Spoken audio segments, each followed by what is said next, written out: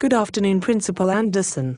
As a new teacher at your school, I was wondering if you could answer some questions about the Positive Behavior Interventions and Support Program. The students keep asking me if I have written a positive referral and I am not sure what they are talking about. Good afternoon, Miss Chapman. I would be glad to answer any question you might have about working at this school.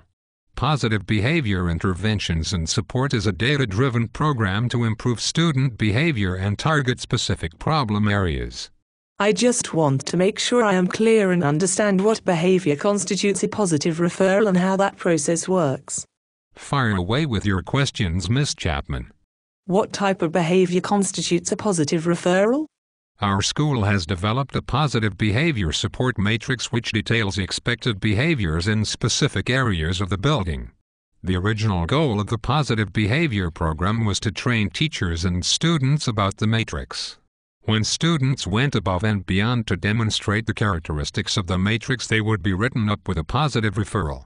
Again, the original goal was to keep or focus on the matrix and reward positive behavior around the targeted problem areas. As a school, we need to make sure students and staff are trained on the matrix and aware of what is expected. What about the quiet students who are always well behaved? Positive behavior referrals can certainly be submitted for any student demonstrating good character, morals, or just being an overall good kid. Many students who do not stand out for bad behavior or for academic greatness may just sort of ride in the middle and not stick out in a teacher's mind when writing positive referrals.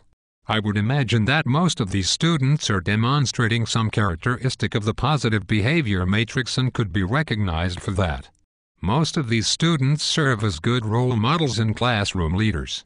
When should I not write a positive referral? Positive referrals should not be written for academic success, such as making a 100 on a spelling test or improving a low grade. It should also not be written for a student who has a history of disruptive behavior but has a good day once in a while. Example, a kid who disrupts class regularly but once in a while has a good day should not receive a positive referral for that one good day. What happens when a positive referral is submitted?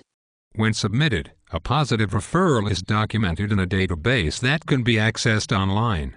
When the assistant principal or someone from the positive behavior management team has time to recognize students with positive referrals, they look at the list and mark out students who have had disciplined referrals, which negate positive referrals. There is no order when calling them down, just based on where the students are at that time, or who is at lunch, etc. So, students are not called down in the order of the way they were submitted. Hopefully, all students will be recognized by the time of the bi-monthly reward. What is an example of a well-written positive referral? Good question. I will read 3 well-written positive referrals submitted by teachers at this school. 1. As his class did not line up for lunch today, they beat me to the cafeteria. Student was there, in my stead, dismissing 3 students at a time to the lines. I stood beside him as he continued to dismiss the entire class in a professional and fair manner.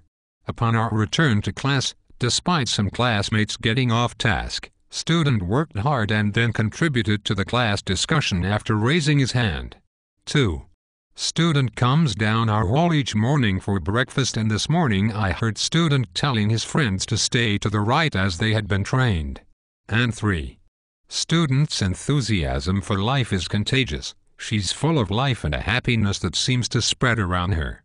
She works well on her own as well as with her classmates, taking leadership roles naturally. Do you let parents know that their child has received the positive behavior referral? Yes, Miss Chapman.